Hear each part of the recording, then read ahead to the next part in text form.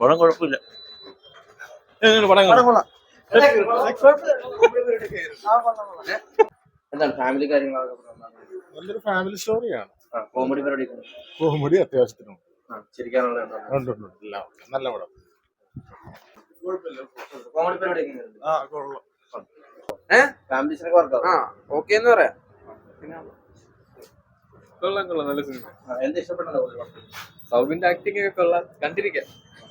Comedy കൊള്ളാം, ഒരു variety concept. Okay. സൗബിന്റെ മറ്റേ പ്രാവിൻ കൂടി ഷാപ്പിന് ശേഷം ഇറങ്ങിയ പടമാണ്. അത് വെച്ച് നോക്കുമ്പോ അത്രയില്ല, അങ്ങനെ കൊള്ളാം. ഓക്കെയാണ്. കോമഡി പരിപാടിയൊക്കെ കൊള്ളാം. നല്ല അത്യാവശ്യം ഫാമിലീസിനൊക്കെ ഇഷ്ടപ്പെടുന്ന പോലത്തെ കോമഡി ഉണ്ട്.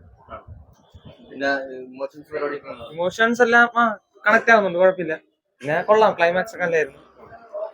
ഹാപ്പി എൻഡിങ് ആണ്. One time watch. നല്ല സിനിമയാ, കണ്ടിരിക്കാം. കോമഡി ഒക്കെ ഉണ്ട്. കോമഡിയൊക്കെ കുഴപ്പമില്ല, കോമഡി ഒക്കെ ഉണ്ട്. ഫാമിലിക്കൊക്കെ പറ്റിയ സൗബിന്റെ ആക്ടിംഗ് ഒക്കെ നല്ല. ഫാമിലിയിൽ നടക്കുന്ന പ്രോബ്ലംസും കുറെ തെറ്റാറിന കൊണ്ടുള്ള കാര്യങ്ങൾ, അങ്ങനത്തെ കുറച്ച് കണ്ടിരിക്കാം. കുഴപ്പമില്ല. ഒരു വട്ടം കാണാല്ലേ? ഒരു വട്ടം കാണാൻ പറ്റുമോ? One time watch.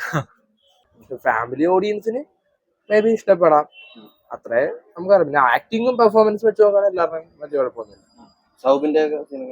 സൗബിന്റെ ഇപ്പൊ പ്രാവൻകൂർ ഷാപ്പിന് ശേഷം വന്നൊരു നല്ല പടമാണ്. ആ ഒരു ലെവലിൽ നമുക്ക് പറയാൻ പറ്റത്തില്ല.